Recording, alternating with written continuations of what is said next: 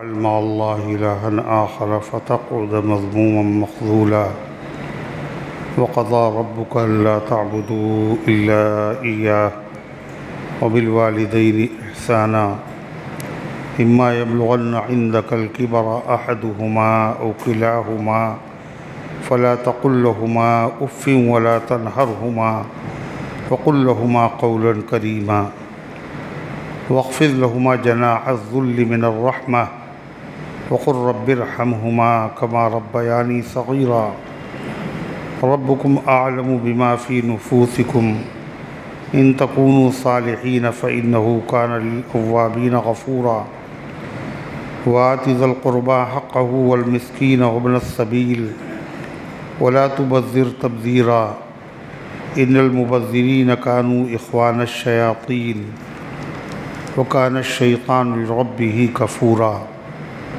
وإما تعرضن عنهم ابتغاء رحمة من ربك ترجوها فقل لهم قولا ميسورا ولا تجعل يدك مغلولة إلى عنقك ولا تبسطها كل البسط فتقعد ملوما محسورا إن ربك يبسط الرزق لمن يشاء ويقدر إنه كان بعباده خبيرا بصيرا ولا تقتلوا أولادكم خشية إملاق نحن نرزقهم وإياكم إن قتلهم كان خطأ كبيرا ولا تقربوا الزنا إنه كان فاحشة وساء سبيلا ولا تقتلوا النفس التي حرم الله إلا بالحق ومن قتل مظلوما فقد جعلنا لوليه سلطانا فلا يسرف في القتل إنه كان منصورا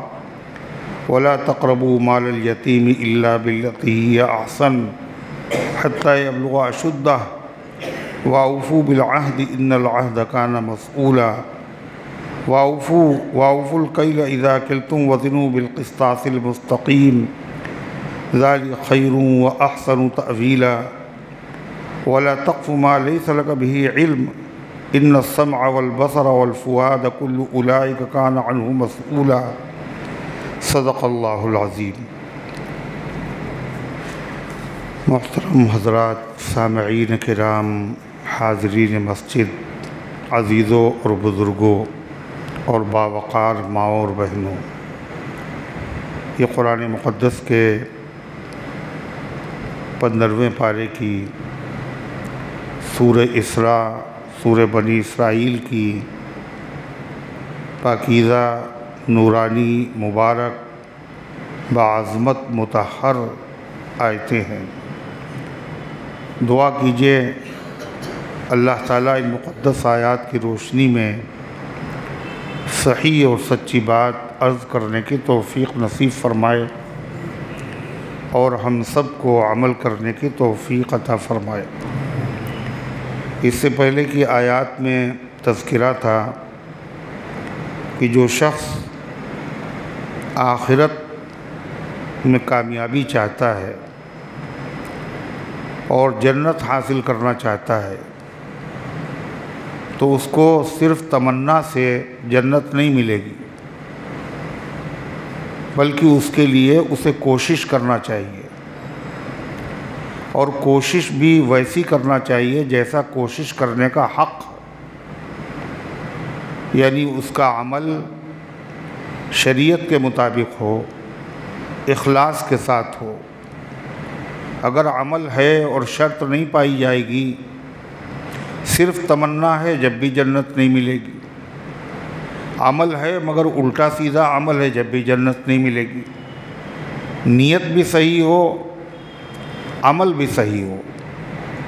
تو عمل کے صحیح ہونے کے لیے پہلی شرط یہ ہے کہ آدمی کا عقیدہ صحیح ہو، وہ مشرک نہ ہو۔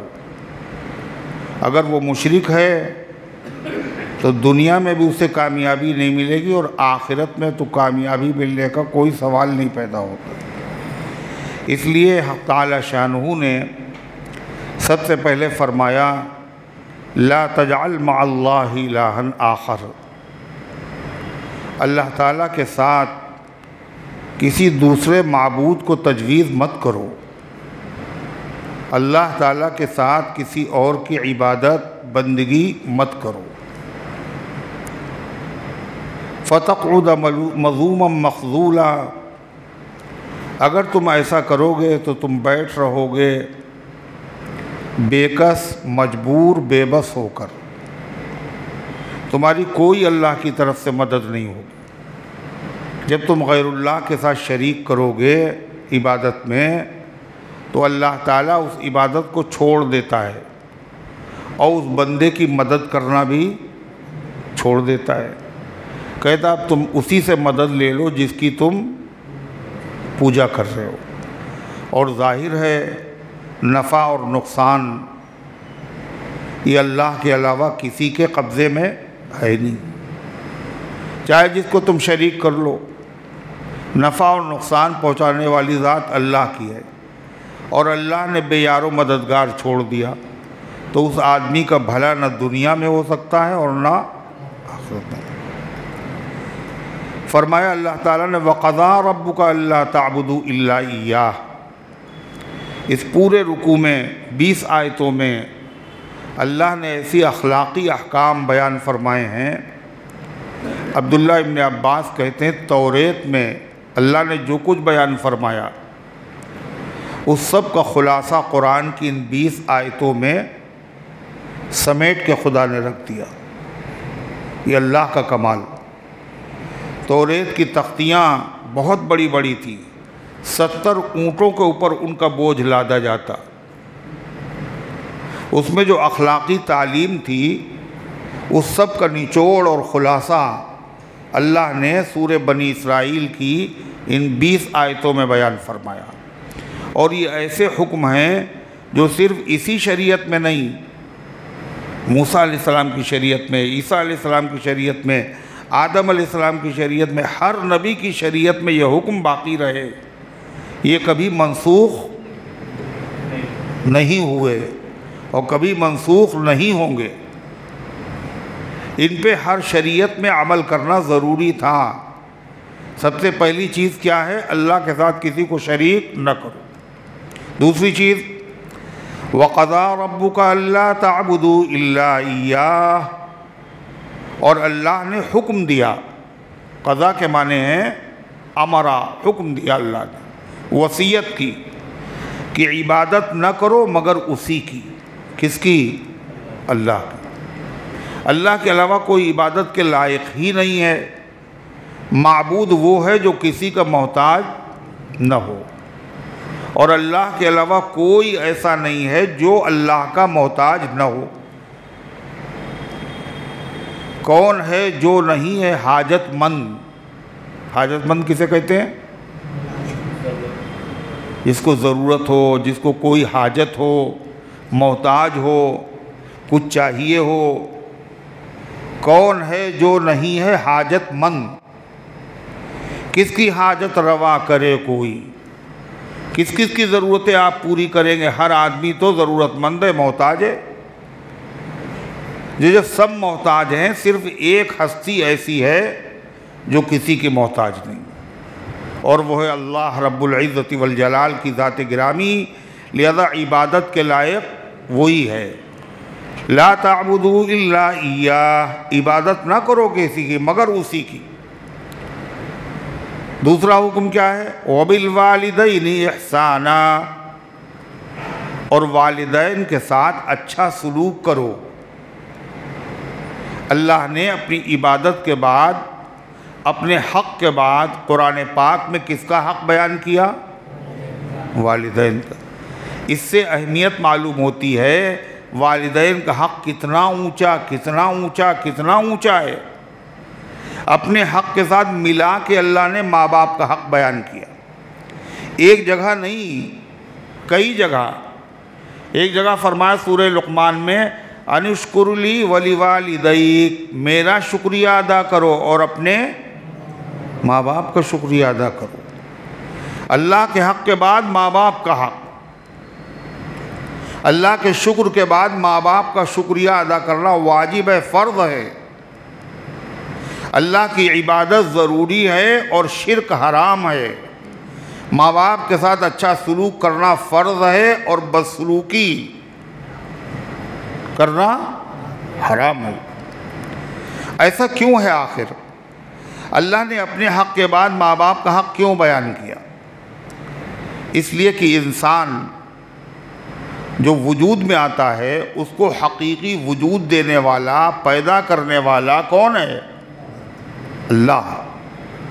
حقیقی پیدا کرنے والا، وجود دینے والا تو اللہ ہے، مگر دنیا میں اس کے وجود کا ظاہری سبب کون ہے؟ کون ہے؟ ماں باپ۔ ہم نے انسان کو پیدا کیا کس سے؟ من نطفۃ امشاج، دورنگی بوند سے۔ ناپاک قطرے دو جب ملے آپس میں، جن کے کلر بھی الگ الگ تھے، اس سے ہم نے انسان کو پیدا کیا۔ ایک عورت کے جسم سے نکلنے والا مادہ، ایک مرد کے جسم سے نکلنے والا مادہ، جو مرد کے جسم سے نکلتا ہے وہ سفید اور گاڑھا غلیظ ہوتا ہے، جو عورت کے جسم سے نکلتا ہے وہ پیلا اور رقیق پتلا ہوتا ہے۔ دونوں کو ملنے سے ہم نے انسان کو پیدا کیا۔ تو ماں باپ جو ہے وہ انسان کے دنیا میں آنے کا ظاہری وجود کا ذریعہ اور وسیلہ ہے۔ اس لیے حق تعالی شانہ نے اپنے حق کے بعد ماں باپ کا حق بتایا۔ حدیث پاک میں ہے، نبی پاک صلی اللہ علیہ وسلم سے کسی نے پوچھا کہ سب سے پسندیدہ عمل کون سا ہے؟ سب سے پسندیدہ عمل اللہ کے نزدیک کون سا ہے؟ آپ نے فرمایا الصلاۃ لوقتہا، نماز پڑھنا اس کے وقت پر۔ یہ نماز پڑھنا کس کا حق ہے؟ کس کا حق ہے؟ اللہ کا۔ وقت پر نماز پڑھنا۔ ثم من، اس کے بعد اے اللہ کے نبی کون سا عمل پسندیدہ ہے؟ آپ نے فرمایا ماں باپ کے ساتھ اچھا سلوک کرنا۔ ماں باپ کے ساتھ اچھا سلوک کرنا، اپنا حق، اس کے بعد فوراً ماں باپ کو۔ اور یہی نہیں بلکہ نبی پاک صلی اللہ علیہ وسلم نے، مشہور حدیث ہے کہ حضور پاک صلی اللہ علیہ وسلم جب منبر پہ تشریف لے گئے تو تینوں سیڑھیوں پر آپ نے کیا کہا؟ آمین۔ اور صحابہ نے جب پوچھا، دعا تو کوئی کر نہیں رہا تھا، آپ نے آمین کہا۔ آپ نے فرمایا نہیں، جبریل بد دعا کر رہے تھے۔ پہلی بد دعا، جس کے سامنے آپ کا نام لیا جائے اور وہ درود شریف نہ پڑھے، اللہ اسے برباد کر دے، ذلیل کر دے۔ یہ جبریل کو خدا نے بھیجا، اور خدا ہی دعا قبول کرتا ہے، بد دعا کرنے کے لیے بھیجا۔ اور کہاں بھیجا؟ مدینے میں۔ اور مدینے میں کہاں؟ مسجد نبوی میں۔ اور مسجد نبوی میں کہاں؟ منبر مبارک کے پاس۔ بد دعا دی جبریل نے۔ ایک روایت میں آپ نے کہا، جبریل نے آمین کہی ہے آپ اس پہ۔ آمین کا مطلب جبریل بھی بد دعا دے رہے اور نبی بھی بد دعا دے رہے۔ آمین کا مطلب ایسا ہی ہو، اے اللہ ایسا ہی ہو جیسا جبریل کہہ رہے ہیں۔ وہ ذلیل ہو جائے، رسوا ہو جائے، جس کے سامنے نبی کریم علیہ السلام کا نام لیا جائے اور وہ شخص درود نہ پڑھے۔ اور سب سے چھوٹا درود شریف کیا ہے؟ صلی اللہ علیہ وسلم۔ ایک مجلس میں، ایک محفل میں، درس کی محفل ہو، وعظ کی محفل ہو، تعلیم کی محفل ہو، ایک مرتبہ تو پڑھنا واجب ہے، اور بار بار پڑھنا مستحب ہے۔ محبت کا تقاضا یہ ہے کہ ایک مرتبہ پڑھا جائے، ہے نا؟ کیا ہے؟ محبت کا تقاضا کیا ہے؟ کیا کہہ رہے ہیں؟ کچھ بتا رہے ہیں وہ، انہوں نے سنا ہی نہیں اس کا مطلب، ورنہ بولتے ضرور وہ ہیں۔ محبت کا تقاضا کیا ہے؟ بار بار پڑھا جائے جب آپ کا نام آئے ہے۔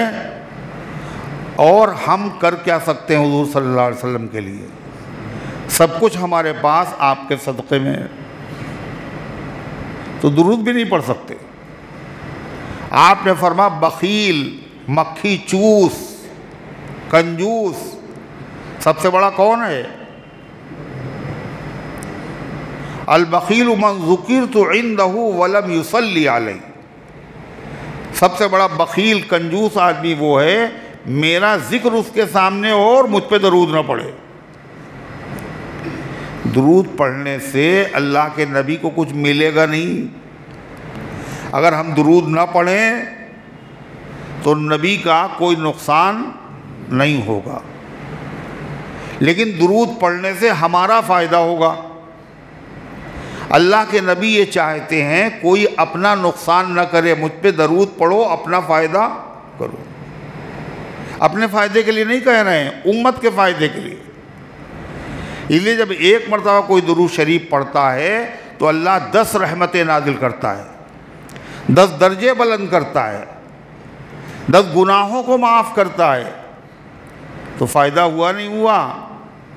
اپنا فائدہ خود ہی نہیں حاصل کرنا چاہتے ہیں؟ بتائیے، سوچئے آج کل دنیا کیا کر رہی ہے؟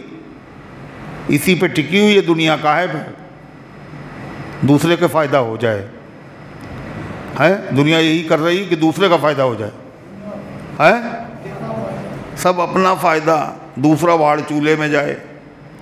لائن لگی ہوئی ہے مگر پہلے گھس رہے ہیں تاکہ ہمارا کام پہلے ہو جائے۔ ارے ہے یا نہیں؟ سب اپنا اپنا مطلب کا کام دیکھ رہے ہیں۔ وہ ایک صاحب کہہ رہے تھے کہ وہ اللہ نے 3 بھائی بنائے تھے، رحمت علی، برکت علی۔ کل 2 کا ہو گیا انتقال، رحمت و برکت، ایک بچے مطلب علی۔ ہر آدمی اپنے مطلب کا کر رہا ہے، اپنا فائدہ اور دوسرے کا نقصان ہو۔ مگر یہ دنیا کے معاملے میں، درود کے معاملے میں یہ کیوں نہیں ہے؟ درود پڑھنے میں اپنا ہی فائدہ ہے، مگر پھر بھی اپنا فائدہ حاصل نہیں کر رہا ہے۔ اپنے من میں ڈوب کر پا جا سراغ زندگی، تو اگر میرا نہیں بنتا نہ بن، اپنا تو بن، اپنا تو فائدہ سوچو۔ اللہ کی رحمت کی ہر آدمی کو ضرورت ہے، 10 رحمتیں ایک مرتبہ درود پڑھنے میں۔ تو مجلس میں ایک مرتبہ درود شریف پڑھنا واجب ہے، اور بار بار پڑھنا مستحب ہے، جتنے مرتبہ نام آ جائے۔ جتنی شکر ڈالیں گے اتنا ہی پھیکا ہوگا، اچھا اتنا ہی میٹھا ہوگا، اللہ کی رحمت اتنی بڑھ جائے گی۔ حرج کیا ہے؟ زبان کو حرکت دینا ہے بس، صلی اللہ علیہ وسلم۔ تو فرمایا دوسرے سیڑھی پہ جو قدم رکھا تو جبریل نے بد دعا دی، اللہ اسے بھی برباد کر دے، ذلیل کر دے، رسوا کر دے، جس کے ماں باپ ہوں ان کی خدمت کر کے دعائیں لے کر جنت نہ حاصل کر لے۔ آپ نے فرمایا آمین، ایسے ہی ہو۔ یہ جبریل کی بھی بد دعا ہے جو سید الملائکہ ہیں، اور اللہ کے نبی کی بھی بد دعا ہے جو سید الرسل ہیں، اور مدینے میں ہے اور منبر مبارک پر ہے۔ اس بد دعا کی قبولیت میں کوئی شبہ نہیں ہے۔ تیسری بد دعا، رمضان کا مہینہ ملے اور نیکیاں کر کے اپنے آپ کو جنت کا حقدار نہ بنا لے، مغفرت نہ کرا لے، وہ آدمی برباد و تباہ ہو جائے۔ یہ حق ہے ماں باپ کا۔ حضور انور صلی اللہ علیہ وسلم نے فرمایا کہ باپ جنت کا درمیانی دروازہ ہے، جو چاہے اس دروازے کو باقی رکھے اور چاہے تو اس دروازے کو برباد و ضائع کر دے، داخلہ دروازے سے ہوگا۔ ایک دوسری حدیث میں ہے رضا الرب فی رضا الوالد وسخط الرب فی سخط الوالد۔ اللہ کی ناراضگی باپ کی ناراضگی میں ہے، اللہ کی رضامندی باپ کی رضامندی میں ہے، اس کی خفگی سے خفا اللہ ہے، یہ اگر خوش ہیں تو خوش اللہ ہے۔ ماں باپ کو راضی کر لو، اللہ راضی ہو جائے۔ ایک روایت میں ہے جنت ماں کے قدموں کے نیچے ہے، یعنی ماں کے قدم جہاں ہیں وہاں کھودو تو جنت نکل آئی۔ ماں کے قدموں کے نیچے جنت ہونے کا مطلب ماں کی خدمت کرو تو جنت تمہاری پکی ہے۔ ماں کے قدموں کے نیچے جنت ہے اور باپ کے قدموں کے نیچے چپل ہے۔ ماں باپ کی خدمت، مگر ماں باپ کی خدمت میں زیادہ حقدار خدمت کی ماں ہے۔ حضور صلی اللہ علیہ وسلم سے پوچھا کسی نے، من احق بحسن صحابتی یا رسول اللہ، میرے حسن سلوک کا سب سے زیادہ مستحق کون ہے؟ آپ نے فرمایا امو کا، تیری ماں۔ ثم من یا رسول اللہ، حضور اس کے بعد کہا ثم من، ثم امک، پھر تمہاری ماں۔ ثم من، پھر کون؟ کہا ثم امک، پھر تمہاری ماں۔ ثم من، پھر اس کے بعد کون؟ ثم اباک وادناک، پھر تمہارا باپ اور پھر تمہارے قریبی رشتہ دار۔ اللہ کے نبی نے 3 مرتبہ ماں کے حسن سلوک کی دعوت دی ہے، 3 مرتبہ، اور چوتھی مرتبہ باپ کا ذکر کیا ہے۔ کیوں؟ اس لیے کہ ماں نے جو بچے کی پیدائش میں پرورش میں جو محنت کی ہے، باپ بھی اس میں شامل ہے، مگر ماں کی محنت بہت زیادہ ہے۔ پیٹ میں اس نے 9 مہینے رکھا، پھر حملتہ امہ کرہا، اس نے پیٹ میں رکھا کیسے؟ ناگواری کے ساتھ، بڑی اذیتوں کے ساتھ، بڑی تکلیفیں ہوئیں، تمہیں کیا پتہ ہے؟ بعض خواتین بچہ جیسے ہی ماں کے پیٹ میں آتا ہے ان کو الٹیاں شروع ہو جاتی، اور جب تک ولادت نہ ہو جائے الٹیاں ہی ہوتی رہتی ہیں، کچھ کھا رہی الٹی۔ آپ بتائیے ایک دن کا مسئلہ ہو، جیل نہیں۔ خود قرآن میں خدا کرا حملتہ امہ کرہا، ماں نے پیٹ میں رکھا ناگواری اور تکلیف کے ساتھ، ووضعتہ کرہا، پھر دوسری منزل اس نے اس کو جنا۔ جب پیدا ہوا تو کیسے؟ بہت آرام سے پیدا ہو گیا، کتنی تکلیف، موت اور زندگی کا معاملہ۔ ڈاکٹر کا 2 آپشن ہے، یا تو بچہ زندہ رہے گا یا ماں۔ اب آپ بتائیے کیا کرے؟ ابھی حال کا ہر ڈاکٹر یہی کہہ رہا، نتیجہ کیا ہوا؟ بچہ جو ہے وہ تو زندہ ہے اور ماں کا انتقال ہو گیا۔ ایسے نہ معلوم کتنے واقعات ہوتے رہتے ہیں۔ تو یہ ماں کی مشقت، پھر اس کے بعد وَحَمْلُهُ وَفِصَالُهُ 30 شَهْرًا، اور ماں کے پیٹ میں رکھنا اور اس کے بعد دودھ پلانا اور دودھ چھوڑانا، یہ سب کتنے دن میں ہے؟ 30 مہینے۔ 30 مہینے یعنی 24 مہینے حمل اور 6 مہینے کیا ہے؟ یہ کیا ہے؟ کم سے کم مدت کیا ہے؟ حمل کی کم سے کم مدت جو ہے ماں کے پیٹ میں رہنے کی 6 مہینے۔ کتنی؟ 9 مہینے میں عام طور بچے کی ولادت ہوتی ہے، مگر کم سے کم مدت کتنی ہے؟ 6 مہینے۔ 6 مہینے میں اگر بچے کی پیدائش ہو جائے تو شک نہیں کرنا چاہیے اتنی جلدی کیسے ہو گیا، ابھی تو 9 مہینے بھی نہیں ہوئے، ابھی تو شادی ہوئی تھی۔ کم سے کم 6 مہینے، اور زیادہ سے زیادہ 2 سال بچہ ماں کے پیٹ میں رہ سکتا ہے۔ ڈاکٹر صاحب نے تو ٹائم بتایا تھا، وہ ٹائم تو نکل گیا، ابھی کچھ ہوا نہیں، گھبرائے جا رہے۔ ڈاکٹر صاحب نے یہ ڈیٹ دی تھی، اب بتائیے 9 بتائے تھے تو 10واں مہینہ چل رہا، تو 11واں مہینہ چل رہا ہے۔ کیا کہا؟ زیادہ سے زیادہ مدت 2 سال بچہ ماں کے پیٹ میں رہ سکتا ہے۔ ایک مفسر ہیں، ان کا نام ہے ضحاک۔ ضحاک کے معنی ہنسنے والا۔ جو ماں کے پیٹ سے پیدا ہوئے تو ہنس رہے تھے، باقاعدہ دانت نکل آئے تھے ان کے، یعنی اتنے دن ماں کے پیٹ میں رہے وہ، تو پیٹ میں رکھا، اس کے بعد ولادت ہوئی، اس کے بعد پھر خون پلا رہی ماں۔ یہ دودھ کیا خونی تو ہے؟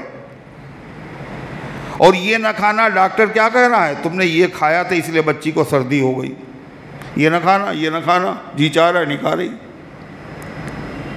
پھر تعلیم و تربیت میں کس کا کردار ہے؟ ماں کا کردار ہے۔ کیا کہا؟ کیا کہا؟ اطلبوا العلم من المہد الی اللحد، ماں کی گود سے علم حاصل کرنا شروع کرو، قبر کی گود تک حاصل کرو۔ یہ علم آدمی کو کہاں سے ملتا ہے؟ ماں کی گود سے۔ پہلا مدرسہ ماں کی گود۔ آج کل وہ پہلا مدرسہ جو تھا وہ ہو گیا ویران، ویران ہو گیا۔ اب بچے بھی دینی تعلیم سے محروم ہو گئے۔ دودھ پینے کے زمانے تک ماں اپنے بچے کو زبانی نہ معلوم کیا کیا سکھا دیا کرتی تھی۔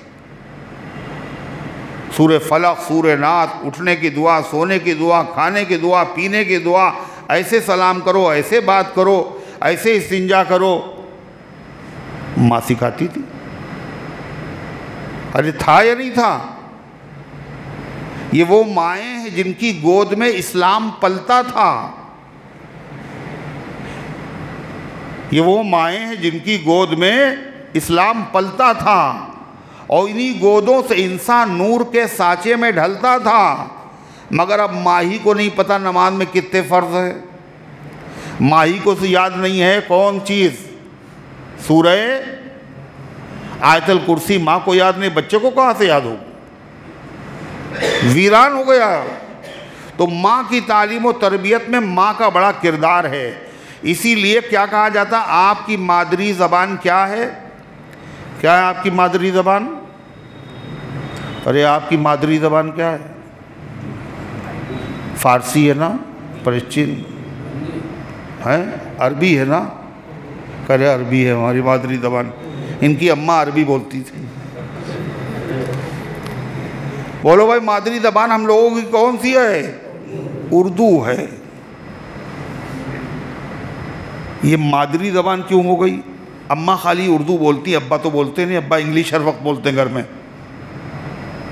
ابا کیا بولتے ہیں؟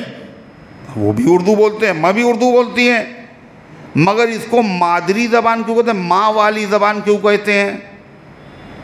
اسے جو بولنا سکھایا ہے ابا نے نہیں سکھایا، وہ تو آئے شام کو اور صبح پھر چلے گئے۔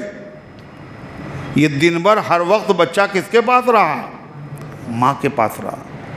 اس لیے اس زبان ہی کو مادری زبان کہا جاتا ہے۔ ایک ٹیچر نے ایک مرتبہ پوچھا، بچوں سے سوال کیا کہ اس کو مادری زبان کیوں کہتے ہیں؟ تو بچہ بولا اس لیے کہ ہماری اماں ہر وقت بولتی رہتی ہیں اور ابا کو بولنے ہی نہیں دیتی، خود ہی بولتی رہتی،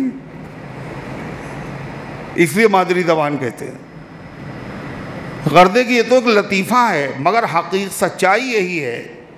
تعلیم میں، تربیت میں، ولادت میں سب سے اہم کردار ماں کا ہے۔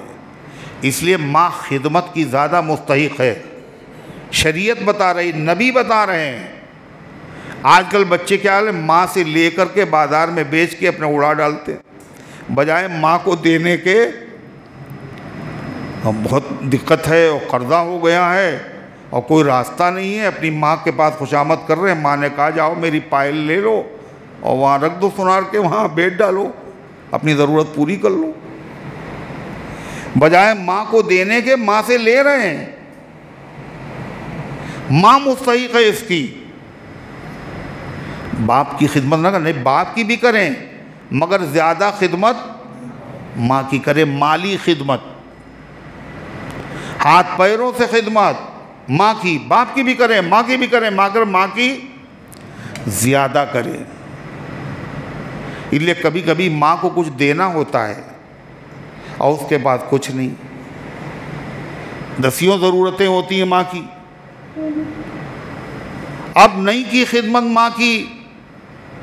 چھوٹے تھے، ماں کا ہو گیا انتقال، ماں تو چلی گئی قبر میں. اب ہوئے کمانے کے لائق، اب ماں کی خدمت کیسے کریں؟ کہ آپ بھی کر سکتے ہو، اب بھی کر سکتے ہو. کہ آپ کیسے کر سکتے ہیں؟ اب کیسے کر سکتے ہیں؟ کہ مالی خدمت ماں کی کر سکتے ہو. مالی یعنی دین کے وہ کام جس میں مال خرچ ہوتا ہے. مسجد بنانا، مدرسہ بنانا، بیمار کو دوا دلانا، کمزور کا گھر پہ چولہا جلانا، یہ سب کیسے ہوتا ہے؟ تسبیح پڑھنے سے ہو جاتا نا. دوا ووا سب مل جاتی ہے مریض کو، تسبیح پڑھتے رہو. پیسے کی ضرورت ہے، کرو. اور دل میں ارادہ کیا ہے؟ اس کا ثواب ماں کو ملے، ماں کو ملے گا ثواب. مگر ہم لوگ نفلیں تو خوب پڑھ لیں گے، مگر جہاں پیسے کی بات آئی وہاں خرچ کرنے میں بہت پیچھے.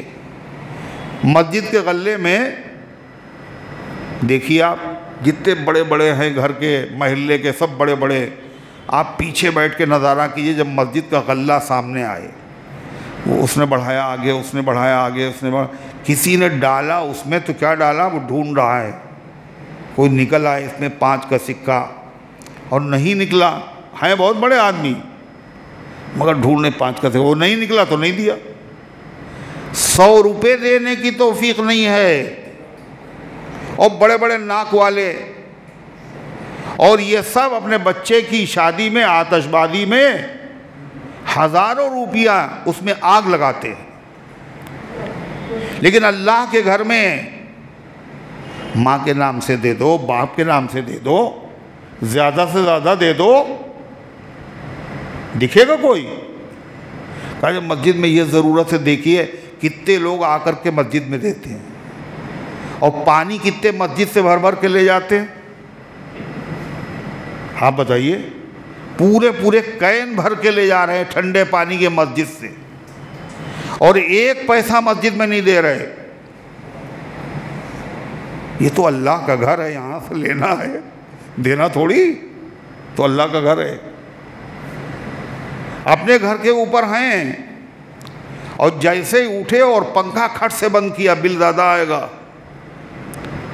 اور مسجد میں سنتیں پڑھنی، نفلیں پڑھنی، اس کے بعد جناب اتنی بھی زحمت نہیں کرتے، پنکھا بند کرنے چلے گئے. یہ سچائی ہے جو میں بیان کر رہا ہوں، حقیقت ہے. ارے ہے یا نہیں؟ عجیب لوگ ہیں. وہ ایک آدمی نے اتفاق سے 100 کا نوٹ دیا، غلے میں ڈالا، اور دوسرا آدمی آنکھیں پھاڑ کے دیکھ رہا ہے. سب تو 5 روپے تلاش کر رہے ہیں ٹوٹے، اور یہ 100 روپے. بڑا اچھا آدمی ہے، اس کی حوصلہ افزائی کرنا چاہیے. ان سے کہنے آپ نے کمال کر دیا صاحب، سب تو ٹوٹے پیسے ڈھونڈنا، آپ نے 100 روپے کا نوٹ دیا. کہنے وہ آپ کی جیب سے گرا تھا. مال مفت دلے بے رحم، ہماری جیب کا نہیں، دوسرے کا ہے. اللہ کے بندو، فرمایا کون ہے زیادہ میرے حسن سلوک کا مستحق؟ فرمایا کہ ماں، پھر ماں، پھر ماں، پھر باپ. محبت ماں کی زیادہ اور خدمت ماں کی زیادہ، مگر اطاعت کس کی زیادہ کی جائے؟ ایک طرف ماں کچھ کہہ رہی، باپ کچھ کہہ رہا، اب کہنا کس کا مانے؟ کہ کہنا باپ کا مانو. تعظیم باپ کی زیادہ، خدمت ماں کی زیادہ. یہ اسلام ہے. یہ بات سمجھ میں آتی ہے اچھی طریقے سے. تو غرضے کہ ایک صحابی نے پوچھا، اے اللہ کے رسول، یہ ماں باپ کیا ہے؟ آپ نے فرمایا تمہاری جنت بھی یہی، جہنم بھی یہی. اگر دونوں زندہ ہیں تو تمہاری جنت کے 2 دروازے کھلے ہوئے ہیں، اور دونوں زندہ ہیں اور تم نافرمانی کرتے ہو تو جہنم کے 2 دروازے کھلے ہوئے ہیں. اور ایک زندہ ہے تو ایک جنت کا دروازہ یا ایک جہنم کا دروازہ کھلا ہوا ہے. اگر فرما برداری کرو گے تو جنت کے 2 دروازے، اور نافرمانی کرو گے تو جہنم کے 2 دروازے۔ تو صحابی نے پوچھا اللہ کے رسول اگر ماں باپ ظلم کریں تو زیادتی کریں، پھر بھی ہمیں خدمت کرنا واجب ہے ان کی؟ آپ نے فرمایا ہاں، وَإِن ظَلَمَا وَإِن ظَلَمَا وَإِن ظَلَمَا، اگرچہ ماں باپ زیادتی کریں پھر بھی تمہیں ماں باپ سے بدلہ لینے کا، انتقام لینے کا حق نہیں، اللہ پہ چھوڑ دو، اللہ دلوائے گا بدلہ، مگر یہاں اف نہیں کر سکتے آپ۔ ماں باپ کا اتنا بڑا حق، اللہ اکبر، کتنا بڑا حق ہے پتہ ہے آپ کو؟ حضور پاک بخاری شریف کی روایت ہے، ذرا کان کھول کے سنیے گا۔ عبداللہ ابن عمر کہتے ہیں تو ایک صحابی آئے، اس نے اللہ کے رسول جہاد میں جانے کے لیے لوگ نام لکھوا رہے ہیں اور میں بھی آپ جانا چاہتا ہوں، میں آپ سے مشورہ کرنے آیا ہوں، میری ماں بھی زندہ ہے اور جہاد میں بھی لوگ جا رہے ہیں، میں کیا کروں؟ آپ نے فرمایا ماں باپ زندہ ہیں؟ ہاں، فَفِيهِمَا فَجَاهِدْ، ان کی خدمت میں رہو، یہی تمہارا جہاد ہے، جہاد کا ثواب تمہیں ان کی خدمت کرنے پر ملے گا، جہاد میں مت جاؤ۔ یہ فتویٰ اگر کوئی مولوی دے دے، بولو اس سے برا کوئی نہیں، مولوی تھوڑی، یہ مولوی ٹھیک نہیں ہے۔ اپنے مولوی سے مسئلہ پوچھو، اپنے مولوی سے، یہ مسئلہ کس نے بتایا؟ اللہ کے رسول صلی اللہ علیہ وسلم۔ جہاد 2 طرح کے ہیں، غور سے سنو۔ ایک جہاد ہوتا ہے فرض عین، ایک ہوتا فرض کفایہ۔ نماز 2 طرح کی ہے، فرض عین، فرض کفایہ۔ علم حاصل کرنا بھی 2 طرح کا ہے، فرض عین اور فرض کفایہ۔ فرض عین کسے کہتے ہیں؟ امیر المومنین کا حکم ہے کہ ہر آدمی کو جہاد میں جانا ہے، کیسا بھی ہو، کسی کو معافی نہیں، سب کو نکلنا ہے، یہ فرض عین ہے۔ یہ کیا ہے؟ فرض عین ہے۔ ہر آدمی کو نماز پڑھنا ہے، باپ کی نماز بیٹے کے لیے نہیں، بیوی کی نماز شوہر کے لیے، ہر ایک کو پڑھنا ہے اپنی اپنی۔ یہ نماز کیا ہے؟ فرض عین۔ حلال و حرام کا ضروری علم حاصل کرنا، نماز کیسے پڑھیں، روزہ کیسے رکھیں، زکوٰۃ کیسے دیں، حج کیسے کریں، ضروری علم حاصل کرنا ہر مسلمان پر فرض عین ہے۔ مگر عالم بننا، حافظ بننا، یہ کیا ہے؟ یہ فرض کفایہ ہے، فرض عین نہیں، فرض کفایہ ہے۔ جیسے جنازے کی نماز ہر ایک پہ پڑھنا فرض نہیں ہے، کچھ لوگوں نے پڑھ لی، سب کی طرف فرض ادا ہو، کوئی گنہگار نہیں، کسی نے نہیں پڑھی تو سب گنہگار۔ تو جہاد جب فرض عین ہو اور ماں باپ منع کریں جہاد میں نہ جاؤ تو ماں باپ کی بات نہیں مانی جائے گی، وہاں جہاد میں جانا فرض ہوگا۔ اور جہاد جب فرض کفایہ ہو، سب کا جانا لازم نہیں ہے، وہاں اگر ماں باپ کہیں مت جاؤ تو مت جاؤ، ماں باپ کی اجازت کے بغیر جانا جائز نہیں۔ کاہے میں؟ جہاد میں۔ عالم بننے کا جی چاہتا ہے، ماں باپ راضی نہیں، عالم بننے کے لیے سفر کرنا آپ کے لیے جائز نہیں۔ تبلیغی سفر ہے، تبلیغی جماعت، تبلیغی کا سفر، یہ فرض عین نہیں، فرض کفایہ ہے۔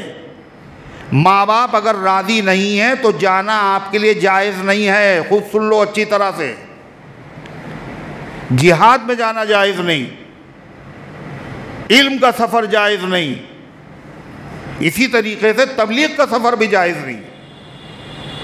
جو فرض عین ہے اس میں اگر ماں باپ روکیں پھر بھی نہ رکو، لیکن جو فرض کفایہ ہے اس میں ماں باپ سے اجازت لینا ضروری ہے۔ اور اگر نہیں لی اجازت چلے گئے تو سن لو، قیامت کے دن ایک آدمی گیا جہاد میں، فرض کفایہ تھا، وہ چلا گیا جذبے میں، بھئی اللہ کا کام ہے، اللہ کا دین کا کام ہے، اس نے اپنی جان دے دی، شہید ہو گیا۔ شہید ہونے کے بعد یہ آدمی جنت میں نہیں جائے گا، اللہ کے راستے میں گیا، وقت لگایا، مال لگایا، جان لگا دی، جنت میں نہیں جائے گا، جہنم میں بھی نہیں جائے گا، پھر کہاں جائے گا؟ جنت اور جہنم کے بیچ میں مقام آراف ہے، آراف، وہاں رہے گا۔ کام تو اس نے نیکی کا کیا، مگر اس میں اس نے ماں باپ کی اجازت شامل نہیں تھی، اس لیے جنت میں نہیں جا رہا ہے۔ یہ میں اپنے گھر سے نہیں بتا رہا ہوں، یہ دیوبند کا فتویٰ نہیں ہے۔ 9 ہجری میں بہت بڑے مفسر گزرے، علامہ قرطبی، بہت بڑے امام، تفسیر قرطبی میں اس آیت کے ذیل میں انہوں نے یہی مسئلہ لکھا۔ اگر یہ مسئلہ ہم بتا دیں، ہم نے کیا کہا؟ جہاد کے لیے بھی کہا، ہم نے عالم اور حافظ بننے کے لیے بھی کہا، ہم نے تبلیغ کے لیے بھی کہا، مگر یہ 2 باتیں لوگ چھوڑ دیں گے، ایک ہی بات لے لیں گے۔ کیا؟ مولانا نے جماعت پہ جانے کے لیے یہ کہہ دیا، ماں باپ کی اجازت نہ ہو تو جائیں، جماعت کی مخالفت کی۔ اسی مسجد میں نے ایک مرتبہ یہ مسئلہ بیان کیا، آج سے بہت سال پہلے، جب وہ امیر جماعت حاجی عبدالقدیر صاحب رحمۃ اللہ علیہ حیات تھے، تو ایک صاحب مجھے ملے راستے میں، کہلے یہاں آئیے مولانا، اور وہ تھے معذور پیروں سے تھوڑے سے۔ ہم نے کہا بھائی چلے جائیں۔ کہلے آپ نے جماعت کی مخالفت کی ہے؟ ہم نے کہا کہاں؟ کہلے محمود نگر میں کیا ہم نے درس قرآن۔ نے کہا کس بے وقوف نے کہا آپ سے؟ کہلے آپ کی شکایت مرکز پہنچ چکی ہے، اور مولانا علیم صاحب آپ سے بات کریں گے۔ ہم نے کہا جب شکایت پہنچ، آپ نے مجھے کیوں بلایا؟ جب شکایت پہنچ چکی تو آپ نے مجھے کیوں بلایا؟ خیر میں مدرسے پہنچا، وہ بات سچی تھی، حضرت مولانا تشریف فرماتے، انہوں نے مجھے بلایا اور کہنے کل آپ نے کیا مسئلہ بیان کیا وہاں؟ ہم نے کہا میں نے یہ مسئلہ بیان کیا۔ کہلے ان لوگوں کی وجہ سے کیا مسئلے بیان کرنا چھوڑ دیے جائیں گے؟ یہ مسئلہ تو بالکل صحیح ہے، زبان پہ تالے ڈال لیے جائیں، حق بات بیان کرنا چھوڑ دی جائے کسی کی ناگواری کی وجہ سے، تو دین پھر ہو چکا۔ حضور صلی اللہ علیہ وسلم سے لوگ ناراض تھے نا، سچی بات کہہ رہے تھے آپ؟ سوچیے آپ، الذین یبلغون رسالات اللہ ویخشونہ لا یخشون احدا الا اللہ، جو اللہ کے حکموں کو پہچاتے ہیں، اللہ سے ڈرتے ہیں، وہ کسی سے نہیں ڈرتے، ناراض ہو یا خوش ہو۔ ہم کس کے لیے بیان کر رہے ہیں؟ تمہارے لیے تھوڑی بیان کر رہے ہیں، کس کے لیے؟ اللہ کے لیے۔ اللہ ناراض نہ ہو، باقی ساری دنیا ناراض ہو جائے۔ تو یہ بات اس سے پتہ کیا چلا؟ وہ تو مسئلہ میں نے جو بتایا وہ بتایا، اس سے پتہ کیا چلا کہ ماں باپ کے حق کی اہمیت شریعت میں، بولو، کتنی زیادہ ہے۔ اللہ اکبر۔ جہاد میں جا رہے تو اجازت لے کے جا رہے، اور حضور کہہ رہے جاؤ ان کی خدمت میں جا کے جہاد کرو، اسی میں ثواب ملے گا۔ ایک روایت میں ہے، آپ نے پوچھا جب تم آئے تھے تو، کہلے وہ رو رہے تھے، آپ نے کہا جاؤ ان کو ہنساؤ، کہ ہم نہیں جائیں گے، وہ خوش ہو جائیں گے، تمہارا کہنا مانو، تمہارا کہنا مان لیا ہم نے۔ اتنا بڑا مقام کیا ہے ماں باپ، ہم نے سمجھا نہیں۔ اللہ کے نبی نے اور اللہ تعالیٰ نے قرآن میں کیسے کیسے سمجھا دیا، کہا ہر جرم کی سزا قیامت میں ملے گی، ہر گناہ کی سزا قیامت میں ملے گی، ماں باپ کی نافرمانی کی سزا وہاں بھی ملے گی، اور وہاں سے پہلے یہاں بھی ملے گی۔ روزی کے دروازے تنگ کر دے گا خدا، مارے مارے گھومو گے، کوئی پوچھے گا نہیں، اللہ ناراض۔ بڑا نازک معاملہ ہے، کہیں بے خیالی میں بد دعا نہ کر دیں ماں باپ۔ ڈرتے رہو، اللہ سے ڈرتے رہو، خدمت ان کی کرتے رہو، اللہ ہم سب کو توفیق عطا فرمائے۔ بات ختم تھوڑی ہوئی، یہ ماں باپ کا حق کون بیان کر رہا ہے؟ ہم بیان کر رہے ہیں۔ کون بیان کر رہا ہے؟ اللہ بیان کر، اور اللہ جیسے بیان کرے گا ایسے کوئی نہیں بیان کر سکتا۔ کیا کہا آگے خدا نے؟ دیکھیے ایک حدیث میں حضور پاک علیہ السلام نے فرمایا جس نے ماں باپ کو محبت کی نظر سے دیکھا اس کو ایک حج مقبول کا ثواب ملے گا اور ایک عمرے کا ثواب ملے گا۔ حج سب کو کہاں نصیب اور عمرہ سب کو کہاں نصیب، اور اگر نصیب بھی ہو گیا تو اس کے قبول ہونے کی کوئی گارنٹی ہے؟ اللہ کے نبی گارنٹی لے رہے ہیں، ماں باپ کو محبت کی نظر سے دیکھو گے حج کا ثواب ملے گا، عمرے کا ثواب ملے گا، حج مقبول اور حج عمرے مقبولہ کا ثواب ملے گا۔ ایک صحابی نے پوچھا حضور یہ تو ایک نظر پہ ہے ثواب، اگر ہم 100 مرتبہ دیکھیں؟ تو آپ نے فرمایا اللہ کی رحمت کے خزانے میں کمی نہیں، 100 حج مقبول کا ثواب ملے گا اور 100 عمرے کا ثواب ملے گا۔ یہ نظر سے دیکھنے پر یہ ثواب۔ ہم لوگ اصل میں اگر جانتے بھی ہیں، پڑھتے بھی ہیں، سنتے بھی ہیں، ایسا نہیں ہے۔ فضائل اعمال میں، منتخب احادیث میں کیا ماں باپ کے حقوق پر حدیثیں نہیں ہیں؟ کیا فضائل پہ حدیثیں نہیں ہیں؟ ہیں حدیثیں، پڑھتے بھی ہم، سنتے بھی ہم، سناتے بھی ہیں، مگر ہمارا عمل نہیں، ہمارا عمل نہیں۔ یہ بڑی مشکل ہے۔ اور کیوں نہیں ہے؟ دین کی سمجھ نہیں۔ دیندار تو ہیں ہم، نیت اچھی ہے ہماری، دین ہی کا کام کرنے کے لیے ہم لگے ہوئے ہیں، مگر دین کی سمجھ نہیں ہے۔ دین کی سمجھ ہونا اور ہے اور دیندار ہونا اور ہے۔ حدیث میں ہے، قرآن میں اللہ کہتا ہے وَمَن یُؤْتَ الْحِکْمَةَ فَقَدْ أُوتِیَ خَیْرًا کَثِیرًا، جس کو اللہ نے حکمت دے دی، دین کی سمجھ دے دی، اللہ نے اس کو بہت بڑا خزانہ دیا۔ دین کی سمجھ کیا ہے وہ سن لو۔ دین کی سمجھ کیسی ہوتی ہے؟ ایک بہت بڑے عالم ہیں، بہت بڑے عالم، اس وقت دنیا کے سب سے بڑے عالم سمجھے جاتے ہیں۔ ان کے بھائی عالم، ان کے چچا عالم، ان کے باپ عالم، ان کے دادا عالم، سب عالموں کا گھرانہ، بہت بڑے بڑے علماء۔ مفتی اعظم مفتی محمد شفیع صاحب دارالعلوم دیوبند کے مفتی تھے، بعد میں جب تقسیم ہوا تو چلے گئے پاکستان۔ ان کے بڑے بیٹے ہیں اس وقت جو ہے شیخ الاسلام مولانا محمد تقی عثمانی، بہت بڑے عالم۔ مشورہ کرنے کے لیے دوسرے ملک کے لوگ ان کو بلاتے ہیں، خالی مشورے کے لیے۔ اسلامی بینکنگ کا نظام کا سسٹم کیسے چلے گا بلاتے ہیں۔ وہ چیف جسٹس بھی رہ چکے، وہ عالم بھی، وہ حافظ بھی، وہ قاری بھی، وہ دائی بھی، وہ مبلغ بھی، وہ بزرگ بھی، وہ فقیہ بھی، بہترین رائٹر بھی، جیسی انگریزی ویسی عربی، ویسی فارسی، ویسی اردو، کئی زبانوں کے ماہر۔ کہنے لگے کہ وہ حج فرض ادا کیا میں نے، اس کو کہتے دین کی سمجھ۔ فرض حج ادا کر لیا، مگر جی چاہتا تھا کہ حج کرنے جائیں، مگر پیسے تھے نہیں، وسائل کی کمی۔ ایک دن ایک آدمی آیا، اس نے کہا کہ مولانا میری والدہ کی طرف سے حج بدل کر رہا ہے، آپ کر لیے؟ کہ جی تو چاہتا تھا حج کرنے جائیں، اللہ نے کہ انتظام کر دیا، بھائی پیسہ ہمارا خرچ نہیں ہوگا، اسی کا خرچ ہوگا، حج ہو جائے گا۔ کہنے میں خوش ہو گیا، میں نے کہا ٹھیک ہے، میں نے کہا بتاؤں گا مشورہ کر کے، مگر دل میں خوش ہوا۔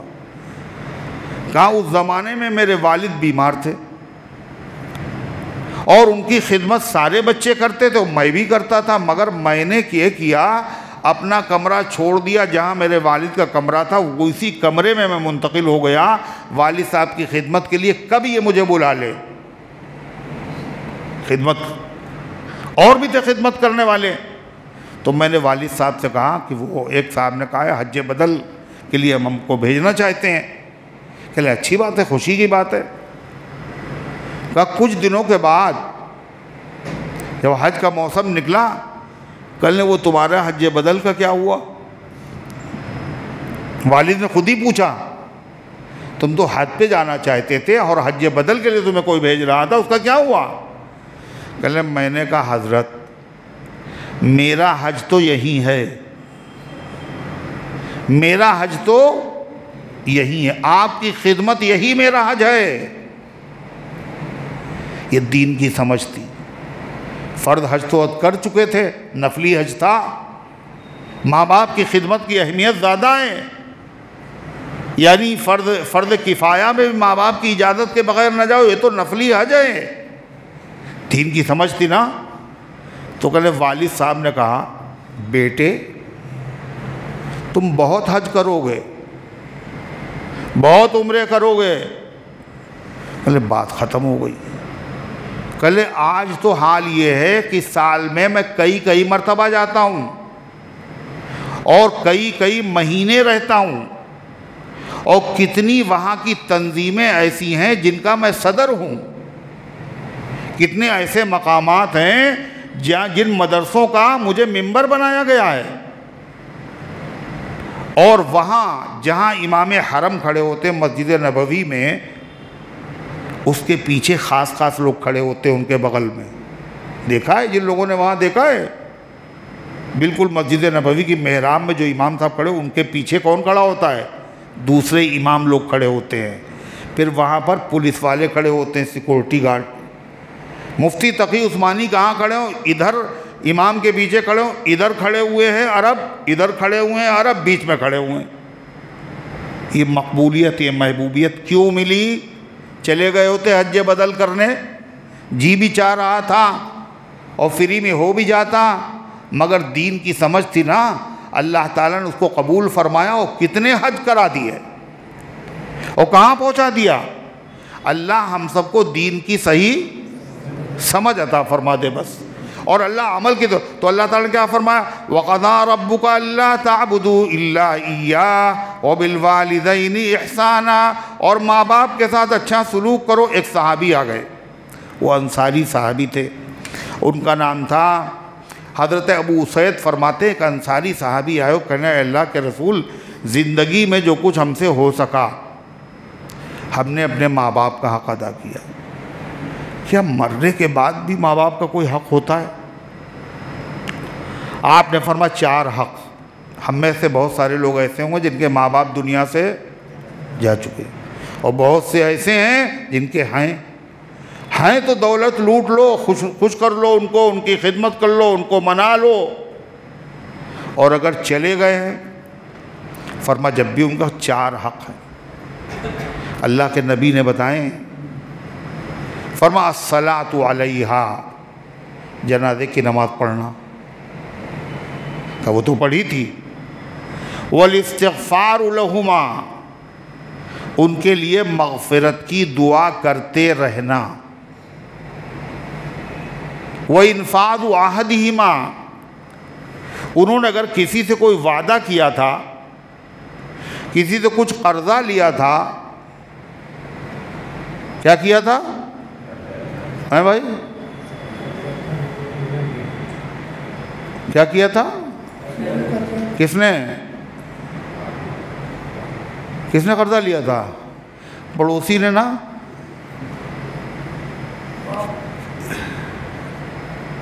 ماں باپ کے مرنے کے بعد کیا حق ہے؟ جنازے کی نماز پڑھنا، ان کے لیے مغفرت کی دعا کرنا، اور ان کے وعدے پورے کرنا، ان کے ذمے جو کسی کا بقایا ہے وہ ادا کرنا، اور کیا کرنا؟ فرمایا کہ ماں باپ کے جو دوست تھے، باپ کے جو ملنے والے تھے، ان کی خدمت کرنا، اور جو باپ اور ماں کی رشتے، ماں کی طرف سے، ہاں مصافحہ ضرور کرو اتنے وقت۔ یہ بھی بڑی مشکل، یہ بھی کہا نا دین کی سمجھ۔ دین کی محفل میں آنے کے بعد نہ سلام کرنا چاہیے اور نہ کسی سے بولو مصافحہ کرنا ہے۔ حالانکہ مصافحہ کرنا کتنا ثواب ہے بتائیے، حدیث میں کتنا آیا؟ دونوں کو گناہ جڑ جاتے ہیں، مگر ٹائم ہے ہر چیز کا، ہے دینداری ہے مگر دین کی سمجھ نہیں. وہی بات کسے کون سی پہلی صف میں نماز پڑھنے کے لیے 10-12 آدمیوں کی گردن کو پھلانگتے ہوئے پہلی صف میں آ رہا ہے, کائے کے لیے زیادہ ثواب ملے. اور 10-12 آدمیوں کی گردن جو پھلانگ کے آئے حرام کام کیا ہے, ایک نفل کام کے لیے حرام کام کر رہا ہے. کیوں کر رہا ہے بیچارہ؟ وہ تو سمجھ رہا ہے یہ زیادہ ثواب کا کام. کیوں سمجھ رہا ہے؟ دین کی سمجھ رہی ہے. تو کیا فرمایا, کیا کیا حق ہیں؟ جنازے کی نماز پڑھنا, مغفرت کی دعا کرتے رہنا, تیسرے ان کا قرضہ, ان کے وعدے پورے کرنا, چوتھے جو ان کے دوست تھے, ان کی سہیلیاں تھیں, یا جو ان کی طرف کے رشتہ دار ہیں. جیسے باپ کی طرف سے کون رشتہ دار ہوتے ہیں؟ یعنی خالہ ہے نا, باپ کی طرف سے. اب عتیق بولیں گے نہیں. باپ کی طرف سے رشتہ دار کون کون ہوتے ہیں؟ خالہ ہوتی ہیں, نانی ہوتی ہیں, بھانجے ہوتے ہیں باپ کی طرف سے نا. پھر کون ہوتا ہے؟ ساس. یہ بات صحیح. باپ کی طرف سے کون کون رشتہ دار ہوتا ہے؟ ارے دادا ہے, چچا ہیں, پھوپھی ہیں, بھتیجے ہیں. اور ماں کی طرف سے خالہ ہیں اور نانی ہیں اور بھانجے ہیں, بھانجیاں ہیں. تو جو ماں کی طرف کے رشتہ دار ہیں تو ماں کی مرنے کے بعد ان کے ساتھ اچھا سلوک کرنا. باپ کے جو رشتہ دار ہیں مرنے کے بعد باپ کی طرف کے جو رشتہ دار ان کے ساتھ ویسے سلوک کرنا, دوستوں کے ساتھ اچھا معاملہ کرنا. یہ صحابہ نے سنا اور عمل بھی کیا. ہم لوگ سنتے ضرور ہیں مگر سنتے سنتے کیا ہو گئے؟ سنی نہیں سن. حضرت عمر رضی اللہ عنہ کے بیٹے عبداللہ ابن عمر جا رہے تھے اور ساتھ میں بڑے شاگرد بھی ان کے تھے. ایک آدمی دیہاتی سامنے سے آتا ہوا دکھائی دیا تو عبداللہ ابن عمر جو تھے وہ فوراً اپنے اونٹ سے نیچے اتر گئے اور سارے شاگرد ان کو دیکھ رہے ہیں. دیہاتی آدمی, اس کے لیے نیچے اتر کے کھڑے ہو گئے. اس کے بعد اپنی جیب میں جو کچھ تھا وہ نکالا اور گنا نہیں, سب پکڑا دیا اس کو. اس کے بعد جو اپنی سواری تھی وہ بھی اس کے حوالے کر دی. عمامہ جو پگڑی تھی وہ بھی دے دی اس کو. سب لوگ حیرت میں, ارے کیا ہوا؟ ایک دیہاتی آدمی, معمولی قسم کا آدمی, اور سب دیے دے رہے ہیں. اس کو سواری بھی دے دی اور پگڑی بھی دے دی اور جیب بھی خالی کر دی. اور باتیں کرتے رہے. جب وہ چلا گیا تو پوچھا, ارے دیہاتی آدمی تھا, تھوڑی چیز دیتے جب بھی خوش ہو جاتا. کہنے پتہ ہے تمہیں کون تھا یہ میرے باپ عمر ابن خطاب کے دوست ہیں. یہ میرے باپ عمر ابن خطاب کے دوست ہیں. اور اللہ کے نبی نے کہا باپ کے مرنے کے بعد باپ کے حقوق میں سے یہ ہے ان کے دوستوں کو بھی اکرام کیا جائے. میرے پاس اتنا ہی تھا, اگر اس سے زیادہ ہوتا وہ بھی ہم دے دیتے. یہ ہے عمل. اللہ ہمیں توفیق دے. اللہ. یہاں تو معاملہ ہے, ارے سب خود غرض لوگ ہیں, ابا کے ساتھ چپکے رہتے تھے, ان کی سے بات ہی نہیں کرنا, سلام دعا سب بند ہے. اللہ رحم کرے. یہ تو ہوا ماں باپ کا. اللہ کے رسول صلی اللہ علیہ وسلم کے گھر پہ بکری اکری ذبح ہوئی تو آپ کھٹ سے اس کی گوشت کی کچھ وہ بناتے, تھیلیاں, حصے, اور کہتے جاؤ یہ خدیجہ کی سہیلیوں کو دے کے آؤ. کس کو؟ خدیجہ کون تھی؟ ام المومنین, آپ کی زوجہ مطہرہ. ان کا انتقال ہوگا تو سہیلیوں کو دے کر کے آؤ. جب بیوی کی سہیلی کا خیال کیا جا رہا ہے تو ماں باپ کے رشتہ داروں کا اور ماں باپ کے دوستوں کا کتنا خیال کرنا چاہیے. اللہ کے نبی نے کہا بھی اور کر کے دکھایا بھی. وَقَضَىٰ رَبُّكَ أَلَّا تَعْبُدُوا إِلَّا إِيَّاهُ. حضور پاک صلی اللہ علیہ وسلم کے والدین کا تو انتقال ہو گیا, مگر جنہوں نے آپ کو دودھ پلایا تھا وہ بھی ماں ہیں آپ کی, حلیمہ. اور حضرت سویبہ آپ مدینے چلے گئے مگر ہدیہ وہاں سے بھیجتے تھے کہاں؟ حضرت سویبہ کے لیے. کیوں؟ انہوں نے ایک دن دودھ پلایا تھا ان کو.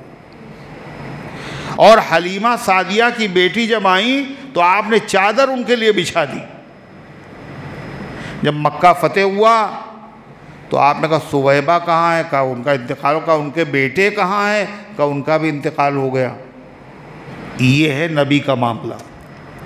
اللہ تعالیٰ فرماتا ہے اما یبلغن عندک الکبر احدہما، اگر پہنچ جائے تمہارے سامنے بڑھاپے کو ان میں سے ایک، کن میں سے؟ ماں باپ میں سے. او کلاہما، یا دونوں بڑھاپے کی عمر کو پہنچ جائیں. یہ بڑھاپے کا ذکر کیوں ہے؟ ماں باپ کی خدمت جوانی میں بھی کرو جب وہ جوان ہو، لیکن جب بوڑھے ہو جائیں تو ان کی خدمت کی ضرورت نہیں رہتی ان کو، اور زیادہ رہتی ہے. بالکل اب تو معذور ہو گئے، وہ تم ہی سب کچھ کر سکتے ہو. اور اس وقت ان کی عقل جو ہے بڑی تیز ہو جاتی ہے. جب بوڑھے ہو جاتے ہیں ماں باپ، بولو کیا ہو جاتی ہے؟ سٹھیا بھی جاتے ہیں بیچارے، ضدیں بھی کرتے ہیں، بعض ایسی باتیں کر دیتے ہیں جن کو پورا کرنا اولاد کے لیے مشکل ہوتا. بچہ اور بوڑھا برابر ہو جاتے ہیں. اللہ کہتا یہ سعادت مند بچوں کے امتحان کا وقت ہے. جب پہنچ جائیں تمہارے سامنے بڑھاپے کو ان میں کا ایک یا دونوں، فلا تقل لہما اف، تو ان سے اف بھی نہ کہنا. ان کی بات کو سننے کے بعد چاہے جتنی بری لگے، ناگوار لگے، مگر کوئی ایسی بات نہ کہنا جس سے ان کو پتہ چلے یہ بات میرے لڑکے کو، لڑکی کو بہت بری لگی. اف نہ کہنا، حرام ہے یہ. جب یہ کہنا، ٹھنڈی سانس بھرنا، ٹھنڈی سانس آدمی لیتا ہے کبھی؟ سمجھ ہی میں نہیں آ رہا. ماں باپ کے سامنے کہا یہ بھی منع ہے. لگ رہا لڑکے کو برا لگا ہے، لڑکی کو برا لگا ہے. یہ قرآن کہہ رہا معمولی چیز یہ تک منع ہے، اس سے بڑی بڑی چیزیں کیوں نہیں منع ہوں گی؟ ڈانٹ دینا، جھڑک دینا، برا بھلا کہہ دینا. فرما فلا تقل لہما اف، ان سے اف بھی نہ کہنا ہوں. ولا تنہرہما، اور ان کو جھڑکنا نہیں. ایسی منزلیں آئیں گی تمہیں غصہ آئے گا، طیش آئے گا، بات ہی نہیں مان رہے ہیں، جھڑکنا نہیں. وقل لہما قولا کریما، اور ان سے ادب سے بات کرنا. کیسے؟ ادب سے بات کرنا. سعید بن المسیب سے کسی نے پوچھا قل لہما قولا کریما کا کیا مطلب؟ ادب سے بات کرنا. کہا ایسے بات کرنا جیسے کوئی بدمزاج ٹرا افسر ہو اور اس کے ماتحت جو نوکر ملازم ہو، وہ اس سے کیسے بات کرتا ہے؟ صاحب کا موڈ خراب نہ ہو جائے، بہت ادب سے. سر ہیں، فرما ایسے بات کرنا ماں باپ سے. پھر اتنا ہی نہیں خالی زبانی بات، وَاخْفِضْ لَهُمَا جَنَاحَ الذُّلِّ مِنَ الرَّحْمَةِ، اور جھکا دینا ان کے سامنے ذلت کے بازو شفقت سے. بازو سے مراد مونڈے کو جھکا دینا، یعنی ان کے سامنے تواضع اور عاجزی اختیار کرنا. اکڑ کے نہ رہنا، طاقت کا مظاہرہ نہ کرنا. اور سارے حق ادا کرنے کے بعد بھی یہ سمجھنا ان کا حق ادا ہوا نہیں ہے. جب نہیں ادا ہوا تو اللہ آپ ادا کر دیجئے. کیا؟ اور اللہ سے کہنا کیا؟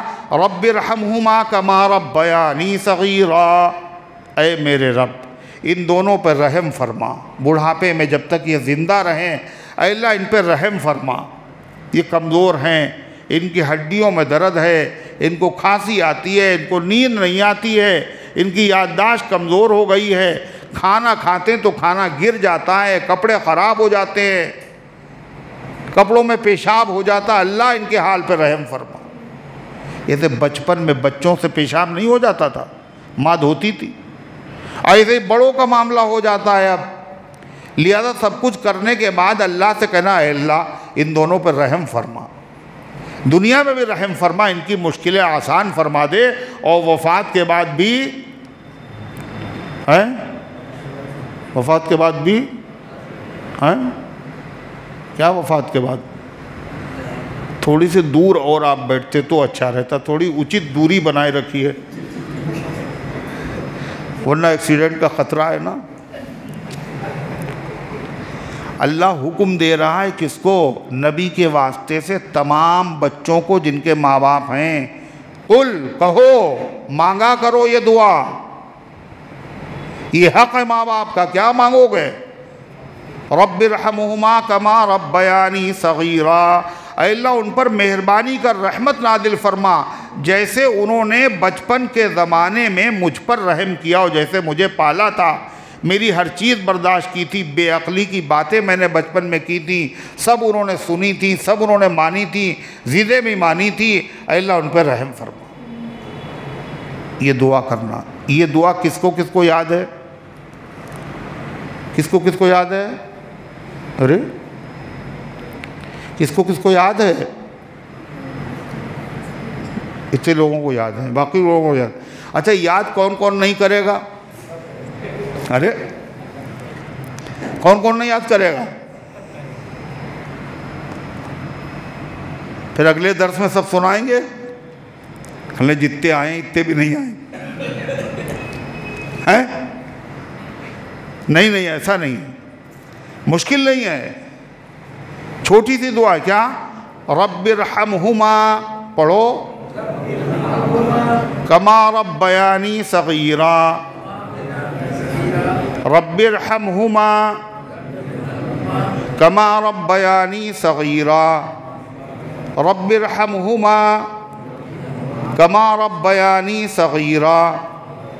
اگر وہ مسلمان ہیں تب تو دعا کرو، اور اگر باپ مسلمان نہ ہو تو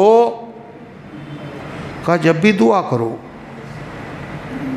ماں باپ مسلمان ہیں جب بھی خدمت کرو، اگر غیر مسلم ماں باپ ہیں جب بھی خدمت کرو، یہ ہے اسلام۔ وَصَاحِبُهُمَا فِي الدُّنْيَا مَعْرُوفًا، دنیا کے اعتبار سے ان کے ساتھ اچھا معاملہ کرنا، خدمت کرنا، غیر ایمان والے ہیں جب بھی، اللہ کی نافرمانی اور وہاں ان کی بات نہ ماننا، لیکن جہاں تک خدمت کی ضرورت ہے، ضرورت ان کی ہے، اس کو پورا کرتے رہے چاہے غیر مسلم ہوں۔ حضرت صدیق اکبر رضی اللہ عنہ نے اپنی بیوی کو طلاق دے دی، اس لیے کہ پہلے زمانے میں ایک دوسرے سے نکاح ہو جاتے تھے، مسلمان کے غیر مسلم سے نکاح ہو جاتے تھے، بعد میں منع ہوا، جب منع ہو گیا تو انہوں نے کہا بھائی تم بھی مسلمان ہو، انہوں نے کہا ہم نہیں ہوں گے، تو انہوں نے طلاق دے دی۔ یہ جو بیوی ہیں، ایک حضرت عائشہ صدیقہ کی ماں ہیں، وہ نہیں ہیں، وہ تو فوراً مسلمان ہو گئی، یہ حضرت اسماء کی والدہ ہیں۔ تو اسماء آ گئیں ہجرت کر کے مدینے، ان کی اماں مکے میں رہیں، اور وہ اپنی لڑکی سے محبت کی وجہ سے مدینے آئیں کچھ تحفے گفٹ وغیرہ لے کر کے۔ تو حضرت اسماء نے حضور سے پوچھا میری اماں آئی ہیں، کیا ان کو گھر میں آنے دیں یا نہ آنے دیں؟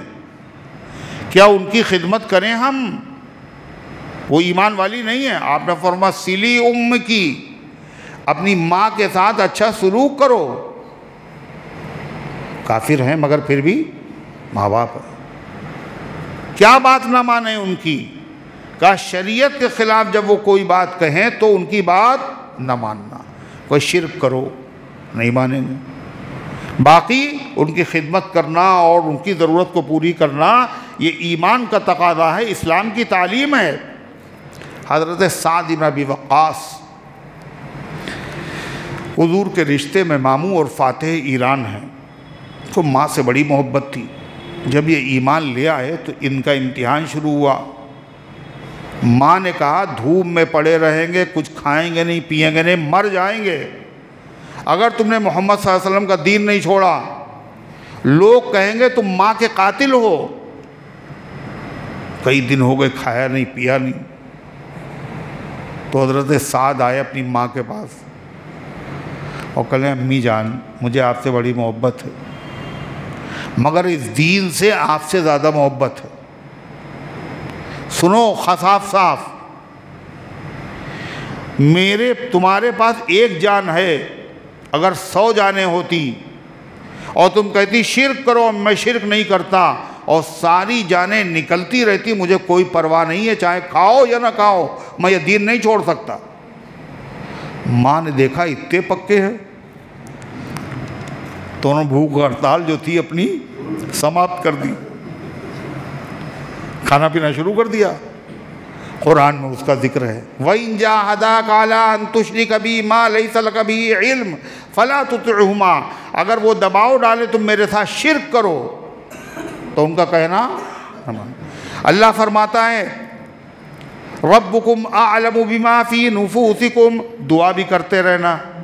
دعا کرنے کے بعد خدا کہہ رہا ہے یہ جو ماں باپ کی خدمت کرنا، عاجزی کرنا، یہ کیسے کرو گے؟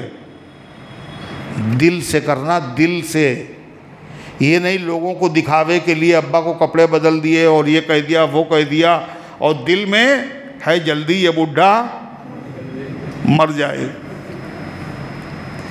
فرمایا دل سے تعظیم کرنا، محبت کرنا، خدمت کرنا دل سے۔ اور دیکھو دل کا حال کسی کو نہیں پتا ہے، اللہ کو معلوم۔ کیا کہا خدا نے؟ ربکم اعلم بما فی نفوسکم، اور تمہارا رب جانتا ہے جو تمہارے دلوں میں ہے۔ لیکن کبھی کبھی ایسا ہوتا ہے نیک اولاد بھی خدمت کرتے کرتے کرتے کرتے تھک جاتی ہے اور بددل ہو جاتی، کبھی غصہ آ جاتا ہے، کبھی نہ چاہتے ہوئے بھی سخت کلمہ زبان سے نکل جاتا ہے۔ اللہ کہتا ہے غصے میں اگر کوئی کلمہ نکل گیا تمہاری زبان سے، تم ہو نیک آدمی لیکن کبھی کبھی نکل گیا غصے میں، تو اگر تم توبہ کرو گے تو اللہ اسے معاف کر دے۔ کیا کہا؟ فَإِنَّهُ كَانَ إِن تَكُونُوا صَالِحِينَ فَإِنَّهُ كَانَ لِلْأَوَّابِينَ غَفُورًا، اگر تم نیک ہوگے، واقعی تمہارے دل میں ماں باپ کی محبت اور عظمت ہے، تو اللہ تعالیٰ رجوع کرنے والوں، توبہ کرنے والوں کو معاف کرنے والا ہے۔ ماں باپ کا حق بتانے کے بعد خدا کہتا ہے ستاروں کے آگے جہاں اور بھی خالی رشتہ دار ماں باپ تھوڑی، یہ پہلے رشتہ دار ہیں، اور بھی تو رشتہ دار ہیں، ان کا حق ختم کا نہیں۔ وَآتِ ذَا الْقُرْبَىٰ حَقَّهُ، اور رشتہ داروں کو ان کا حق دے دیا کرو۔ اور جو رشتہ دار ہیں ماں کی طرف سے، باپ کی طرف سے، ان کا حق کیا ہے؟ خیریت پوچھنا ہے، زبانی تسلی کی ضرورت ہو تسلی دینا، مالی خدمت کی ضرورت ہو مالی خدمت کرنا، یہ سب کیا ہے؟ ان کا حق ہے۔ مگر وہ جو ہیں تمہارے کون دین کے دشمن، صحابہ کے دشمن، وہ روایتیں گڑھتے ہیں خوب، کیا سمجھے؟ وہ ایک روایت انہوں نے گڑھی، وہ کب؟ وہ عید غدیر والی، باقاعدہ عید بنا دی، 2 عیدیں اسلام میں تھی، تیسری، اور کہتے ہیں یہ جو ہے چھوٹی اور بڑی عید دونوں سے زیادہ بڑی بھی ہے، اس سے بڑی کوئی عید نہیں، اور اس کی نمازیں بھی شروع کر دی۔ پہلے نماز کچھ نہیں ہوتی تھی، نمازیں، خطبہ سب کچھ شروع کر دیا، بڑھتی جا رہی۔ اور یہ عید کی اسٹارٹنگ کس نے کی؟ حضرت علی نے، حضرت حسین نے، حضرت حسن نے۔ کس نے کی؟ 251 ہجری میں ایک رافضی بادشاہ تھا، کہاں کا؟ بغداد کا، معز الدولہ، یعنی ہجرت کے 251 سال کے بعد سب سے پہلے یہ عید اس نے شروع کرائی، اور اسی نے عشرے کے دن دکانیں بند کروائیں، اور اس پہ لوگ اتنی سختی سے عمل کرتے ہیں، شیعہ ہی نہیں سنی بھی، مجال عشرے کے دن دکان کھلی مل جائے، عید کے دن بند ہے، عید کے دن کھلی، بقرعید میں بھی کھلی، مگر عشرے کے دن کوئی سوال ہی نہیں پیدا ہوتا ہے۔ اور قرآن میں حکم ہے کہ جمعے کے دن بند کرو، اللہ کا آرڈر ہے، کتنے بند کرتے ہیں؟ اذان سے نماز تک بند کرو، کتنے بند کرتے؟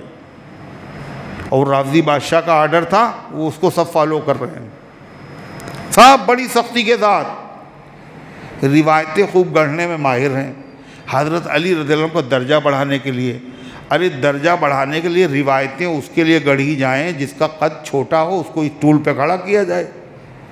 حضرت علی کا قد خود ہی بہت اونچا ہے، ان کے لیے گڑھنے کی کیا ضرورت؟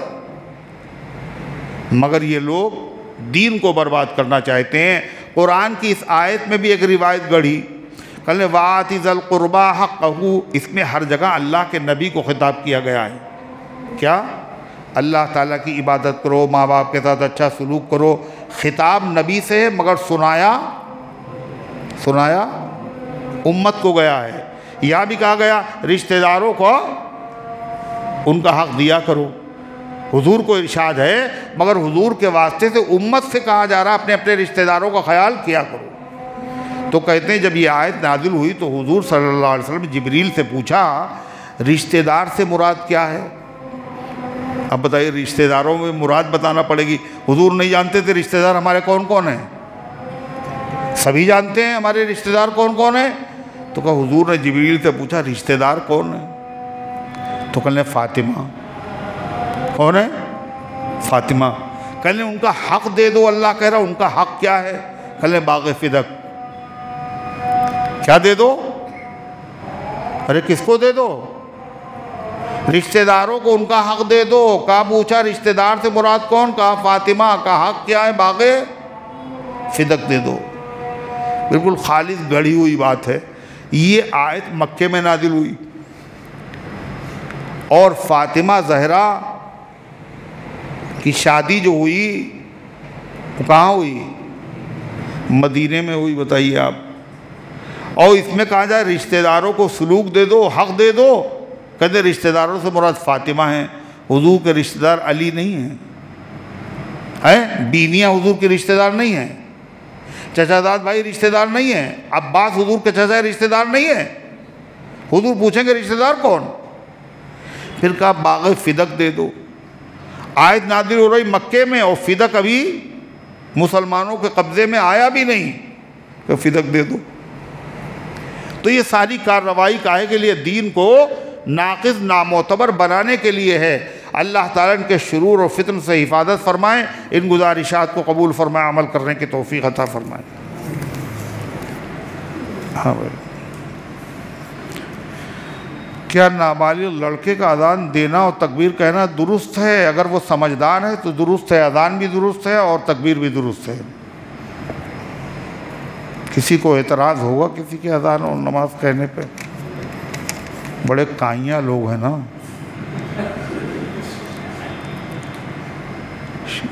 کیا لکھا ہے؟ 20 سالوں سے شدید مفلسی، بیماری اور مالی تنگی سے پریشان ہوں۔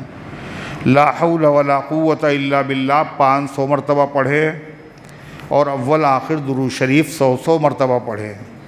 بیماری، تنگی، مالی پریشانی، ٹینشن اور تمام کی تمام فکریں سب اس کی برکت سے دور ہو جائیں گی۔ پابندی کرے۔ اللہم صلی علی سیدنا محمد۔ ربنا آتنا فی الدنیا حسنہ وفی الآخرۃ حسنہ وقنا عذاب النار۔ اے اللہ ہم سب کی حاضری کو اپنی رحمت سے قبول فرما، ایمان کامل عطا فرما، اعمال صالحہ کی توفیق عطا فرما، اس درس قرآن کو اپنی رحمت سے قبول فرما، اس کے فیض کو گھر گھر کے اندر پہنچا دے، اس کی برکت سے اے اللہ عقائد، اعمال، اخلاق، معاشرے کی اصلاح فرما۔ اے اللہ ہم سب کو دیندار بنا دے، اے اللہ ہم سب کو دین کی سمجھ عطا فرما، اے اللہ دین پر صحیح سمجھ کر چلنے کی توفیق عطا فرما۔ اے اللہ تیرے حکم ہے جو تو نے سننے سنانے کی توفیق دی، عمل کی بھی توفیق عطا فرما دے۔ مسجد اقصیٰ کی، حرمین شریفین کی، دنیا بھر کی تمام مسجدوں کی، مدرس خانقاہوں کی حفاظت فرما۔ فلسطین کے مظلوم مسلمانوں کی مدد فرما، عالم اسلام میں امن و امان قائم فرما، بیماروں کو شفا عطا فرما، رمضان الحق صاحب کو شفا عطا فرما، امت کے تمام بیماروں کو شفا عطا فرما، حاجت مندوں کی حاجتوں کو پورا فرما، جو دعاؤں کے طالب ہیں، امیدوار ہے، اقدار ہے، اللہ ان کے نیک مقاصد میں کامیابی نصیب فرما، جو دنیا سے جا چکے ان سب کو معاف فرما۔ اے اللہ ہم سب کو اسلام پر زندہ رکھ، ایمان پر موت دے، ایمان والوں کے ساتھ حشر فرما۔ اے اللہ گرمی کی شدت کو ختم فرما دے، اپنے بندوں کے حال پر رحم فرما۔ اے اللہ باران رحمت کا نزول فرما، اے اللہ موسم کو خوشگوار بنا دے۔ اللہم اغثنا اللہم اسقنا اللہم اغثنا اللہم اسقنا، وصلی اللہ علی النبی الکریم برحمتک یا